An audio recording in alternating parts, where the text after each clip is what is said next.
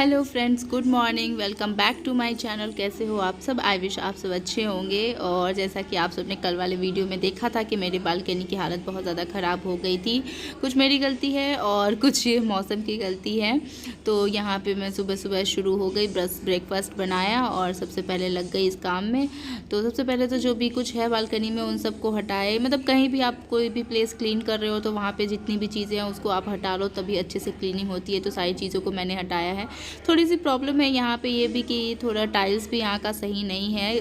Plane tile जो होती है ना, मार्बल हो या टाइल्स हो, वो सही रहती है, उस पर गंदगी चिपकती नहीं है। और ये थोड़े थोड़े होल्स टाइप के टाइल्स है तो इस पर बहुत ज़्यादा गंदगी चिपक जाती है। तो खैर चलिए, जो अब प्रॉब्लम है वो तो है ही।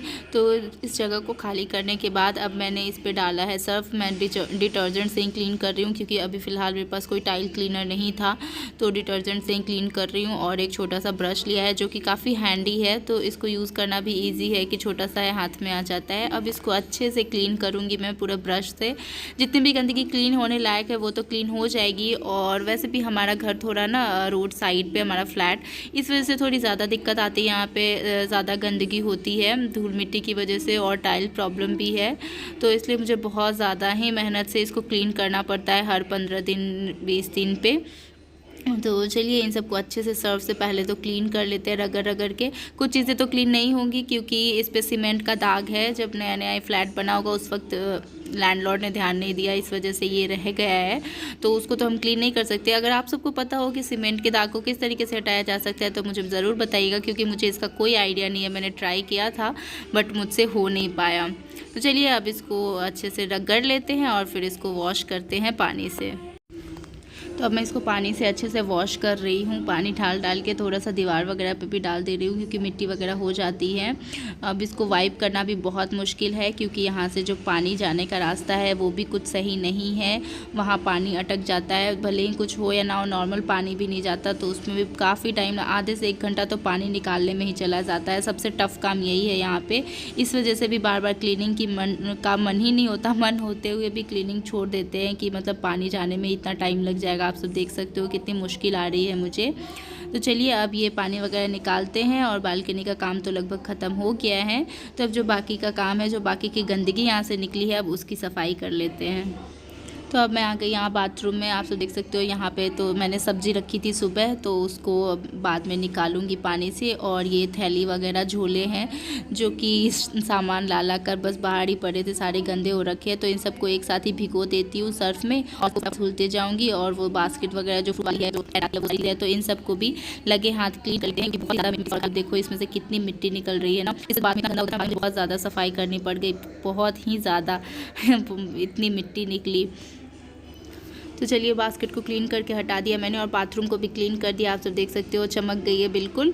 और अब इन झोलों को क्लीन करते हैं। तो काफ़ी टाइम हो गया, लगभग आधा घंटा मुझे लगा। पूरा बाथरूम मैंने क्लीन किया, टाइल्स वगैरह उसकी सारी चीज़ें क्लीन की है। तो तब तक ये झोले अच्छे से भीग गए थे सर्फ में और खुद ब खुद ही काफ़ी क्लीन हो गए थे। बस मैं हल्का सा ब्रश मार रही हूँ अंदर से भी और बाहर से भी, और इन सबको अच्छे से क्लीन कर दूँगी क्योंकि एक साथ ही सारे झोले जो हैं वो गंदे हो गए थे। तो सब्ज़ी वगैरह लाने में दिक्कत आती है। इनमें सब्ज़ी लेकर आते हैं, ये काफ़ी मजबूत होता है ना, ये स्ट्रॉन्ग होता है, इस वजह से इसमें ईजी रहता है लाना। तो चलिए, अब इन सबको क्लीन वगैरह करने के बाद मैं आप सबसे मिलूँगी सीधे अब ब्रेकफास्ट करके, नहाने और ब्रेकफास्ट करने के बाद। गुड आफ्टरनून फ्रेंड्स, कैसे हो आप सब? आई विश आप सब अच्छे होंगे। अभी बज रहे हैं दोपहर के 2:45 और सुबह से आप सबने देखा कि मैंने कितना ज़्यादा काम किया है अभी, जबकि अभी और भी बहुत सारा काम बाकी है जो कि मैंने कुछ चीज़ें क्लीन वगैरह की हैं तो उनको सुखाने के लिए भी बाहर रखना है। बट काम करते करते मेरी कमर टूट गई। सच में कमर में दर्द हो गया। मैं सिर्फ कहने के लिए नहीं कर रही हूँ, सच में कह रही हूँ कि मेरे कमर में ना काफ़ी दर्द हो रहा है। तो खाना वगैरह खा के आधे घंटे लगभग मैं लेटी थी, आधे घंटे नहीं, टाइम तो हो गया 1-1:30 बजे के लगभग मैंने खाना खाया। आज बहुत ज़्यादा लेट हो गया था, इतनी लेट तो कभी नहीं खाती। तो फिर उसके बाद बैठी थी ऐसे ही फ़ोन वगैरह, सॉरी बाहर गाड़ी की आवाज़ आ रही होगी, तो ऐसे ही फ़ोन वगैरह यूज़ कर रही थी। फिर मैंने सोचा कि चलो कुछ काम वाम कर लेते हैं और आप सबसे बातें भी कर लेते हैं। सुबह से बिल्कुल भी बात ही नहीं हुई थी, तो इसलिए मैंने सोचा, तो क्लीन किया है मैंने। चलिए मैं आप सबको दिखाती हूँ। अभी तो वैसे एज सच कुछ एक्स्ट्रा नहीं किया है, बस सफाई करी थी, उतना ही आप सबको दिखाती हूँ। तो ये देखिए इन झोलों को मैंने क्लीन करके रखा है, इनको सुखाऊंगी अभी। बाथरूम में भी बहुत मिट्टी मिट्टी हो रखा था, उसको भी क्लीन करा मैंने। और ये देखिए पूरा बालकनी भी क्लीन कर दिया है मैंने। ये भी सूखने के लिए रखा हुआ है। और बालकनी में और एक दो और पॉट उधर से ला कर रखूँगी, फिर आप सबको पूरा व्यू दिखाऊंगी। तो क्लीन हो चुका है। ये जो थोड़े बहुत आपको दाग धब्बे दिख रहे हैं ना, ये सीमेंट वगैरह के, जो कि कभी नहीं जाने वाले, बट ऐसे ही क्लीन हो चुका है। तो अभी मैं सोकर उठी हूँ और शाम के बज रहे 5 से ज़्यादा हो रहे, 5:30 हो रहे आई थिंक। मैं एक बार वापस से देख लेती हूँ। मैं हमेशा ना टाइम देखना ही भूल जाती हूँ। 6 बज रहे हैं, तो शाम के 6 बज रहे हैं और बाहर का मौसम देखो आप सब। अभी भी थोड़ी थोड़ी धूप है, तो शाम के 6 बज चुके हैं। और मुझे जो काम करना था, मैंने आप सबको बताया था, वो मैंने कुछ भी नहीं किया है, क्योंकि अंश को सुलाते सुलाते मैं भी उस वक्त जाकर सो गई थी। सो के उठने के बाद भी मैं अभी बैठ कर फ़ोन चला रही थी, इंस्टा पे रील्स बना रही थी। अरे हाँ, आप सब मुझे इंस्टा पे फॉलो कर दिए या नहीं? फॉलो ज़रूर करना। निक्की मैं आप सबको दे दूँगी डिस्क्रिप्शन बॉक्स में, या फिर मैं कहीं पर डिस्प्ले में डाल दूँगी। आप सब वहाँ पे मुझे फॉलो करना है रील्स के लिए। मैं वहाँ पे नॉर्मली डेली रील्स बनाती हूँ, शायद ही कभी मिस हो जाता है, बट नॉर्मली मैं ट्राई करती हूँ कि मैं डेली 1-2 रील्स बनाऊँ, या फिर मैं एक साथ बना के रख देती हूँ और एक एक करके शेयर करती रहती हूँ। तो चलिए, काम तो कुछ हुआ नहीं, सो लिए, चलो अच्छा है, आराम भी हो गया। तो जो सोचा था वो हुआ नहीं, बट अब होगा, अब करूँगी, ज़रूर करूँगी। तो चलिए फटाफट से पहले कुछ स्नैक्स बनाते हैं और फिर काम करते हैं। चलिए, तो यहाँ पे मैं बना रही हूँ पॉपकॉर्न। तो आप सबको तो पता ही है, मैंने एक बार शॉर्ट्स में डाला था कि मैं पॉपकॉर्न कैसे बनाती हूँ। तो जस्ट नॉर्मल है कि हमें तेल डालना है, तेल उतना डालना है जितना पॉपकॉर्न हो आपके पास, उस अकॉर्डिंग तेल डाल लें। और तेल डालने के बाद जो भी फ्लेवर आपको बनाना है वो सारी चीज़ें डालें। तो मैं जस्ट चाट मसाला, काली मिर्च, जीरा पाउडर, हल्दी और मिर्ची और नमक, इतनी चीज़ें डालती हूँ।